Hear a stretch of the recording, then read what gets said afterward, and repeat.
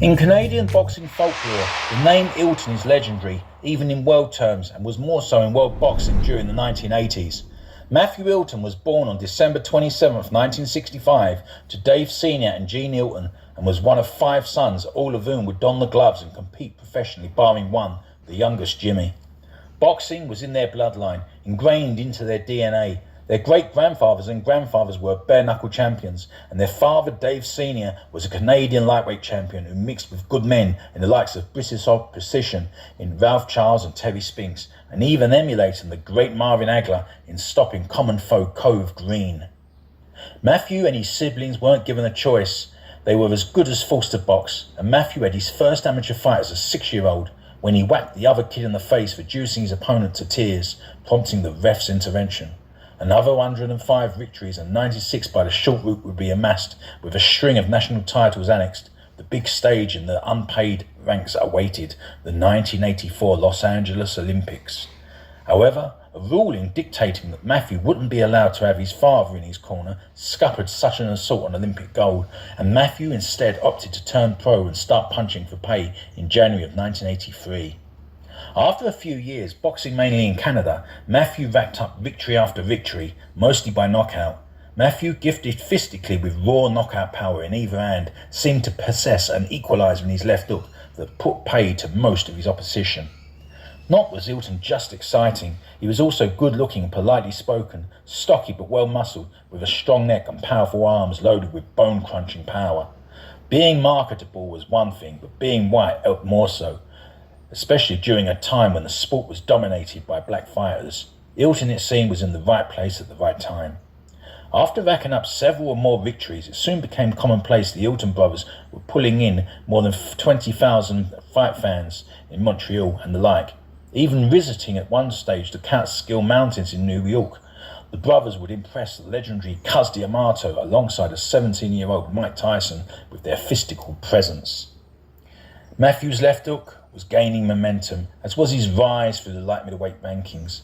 A few years into his pro career, Ilton wasn't just rattling the senses of his opposition along with drawing in the crowds. He drew also the attention of world boxing's top promoter, Don King. If Matthew's negation through boxing's murky waters was anything to go by, it was debatable what was more brutal, Ilton's dispatching of opponents or King's lust for money. Ilton, with King's backing, would garner much-needed exposure, what with King's association with own box office, a massive TV network that screened big fight shows worldwide. Matthew scored his first win under the King banner by besting Roberto Hernandez, hardly an household name, but Matthew soon would be seen in many households the world over, with King behind the wheel. Bigger names would soon follow. Former world champions Rita Antuofermo and Wilfred Benitez would be brushed aside.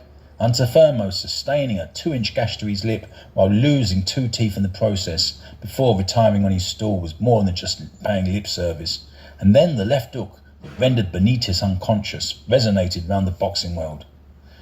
Though the general consensus was that both former champions were clearly past their best, the left hook that put paid to Benitez, it would be argued, would have had the desired effect no matter what version of Benitez it detonated on.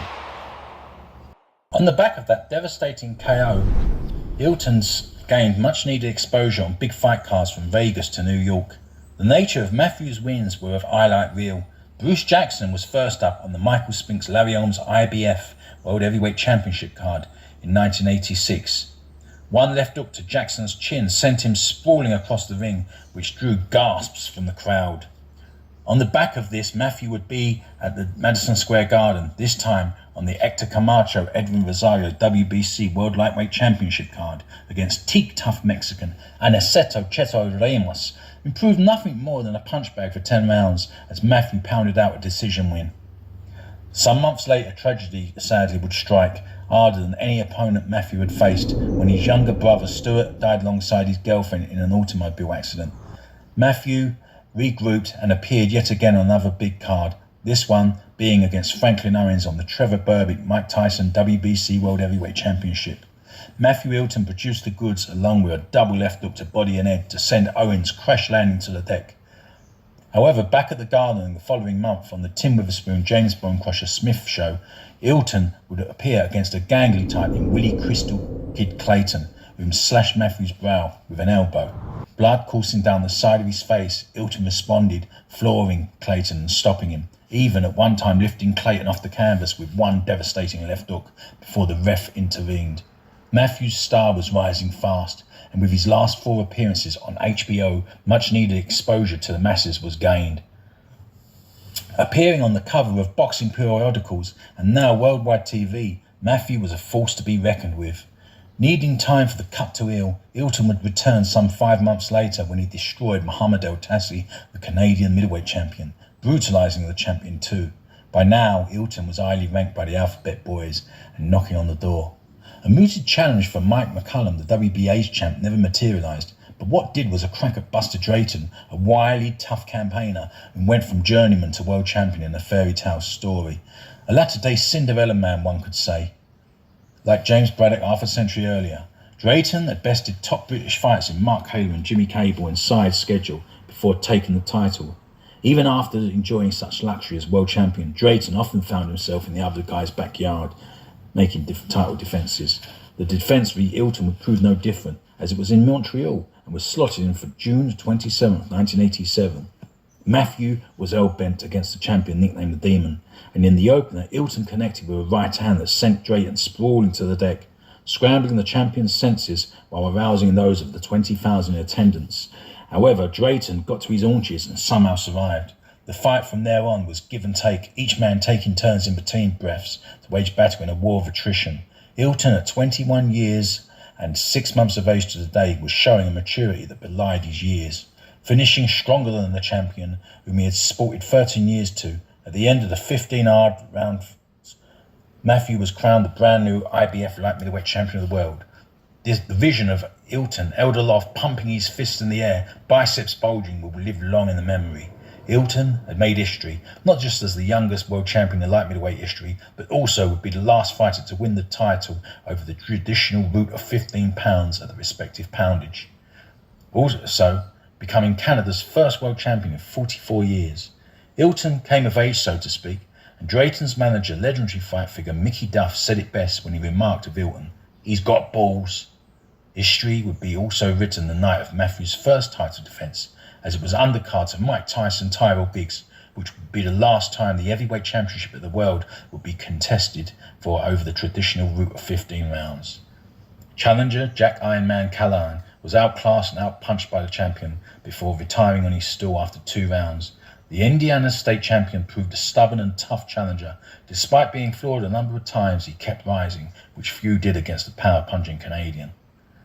Next up was a move up in weight, a toe-dipping exercise, so to speak, and possibly a sign of things to come when Matthew fought in a non-title fight at middleweight against tough, uncompromising club fighter Paul Whitaker, whom, as many before him, had been outpunched and stopped in 4.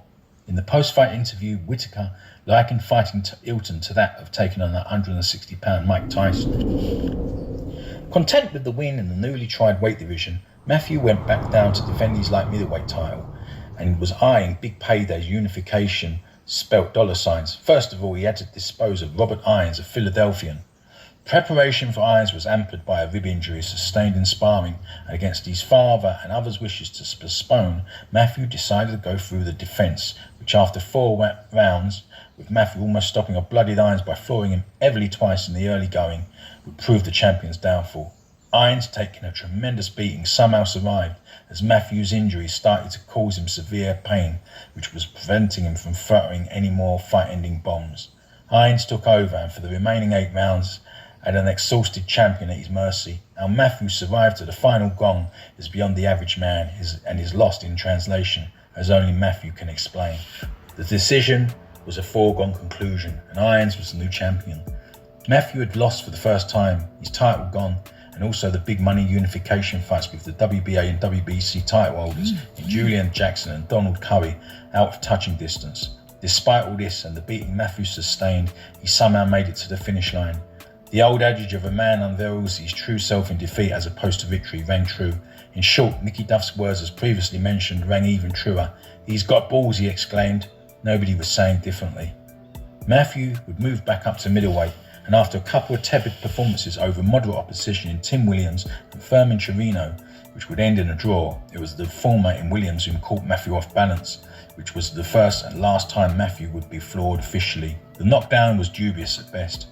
And after the Torino draw, Matthew got one last grasp at world title glory when he was slotted in as a late substitute for an injured Iron Barkley and was meant to challenge the WBO world middleweight champion Doug DeWitt. The latter knew exactly what to expect against Matthew, as the two had sparred some years earlier in New York. DeWitt likened being hit by Hilton like being electrocuted in that respective sparring session. The champion also admitted fear for his safety going into the defence. Something was lost, not just the night Matthew lost the title, but the power wasn't there anymore. The beating administered by Irons seemed to take a lot out of Matthew, and despite landing cleanly on DeWitt, he caught trouble in the New Yorker and clowned and outboxed Matthew at will. Matthew, whose right eye started to swell badly, to add insult to injury, DeWitt pulled faces but not his punches as he boxed out of his skin. As the rounds elapsed, Matthew's swollen eye worsened, and fighting with one eye, he just couldn't evade what DeWitt had in his arsenal. After 11 rounds of a dominant and spiteful performance from the champion, and behind on all scorecards, Matthew was pulled out by his father Davey and retired on his stool, but more importantly, he shielded like the warrior he was. Matthew would come back with a couple of points wins, pounding on Knox Brown and Clarence White. Matthew got the nod over both. Then a draw to former world title challenger Kevin Dagon, and a loss to Darryl Flint on points would prove to Matthew he was finished at world level, and with that he decided to retire. Matthew Hilton will go down in boxing history as one of the biggest punchers to grace the sport. The name Hilton will always be legendary, not just in Canadian boxing, but in the rich tapestry that is world boxing history.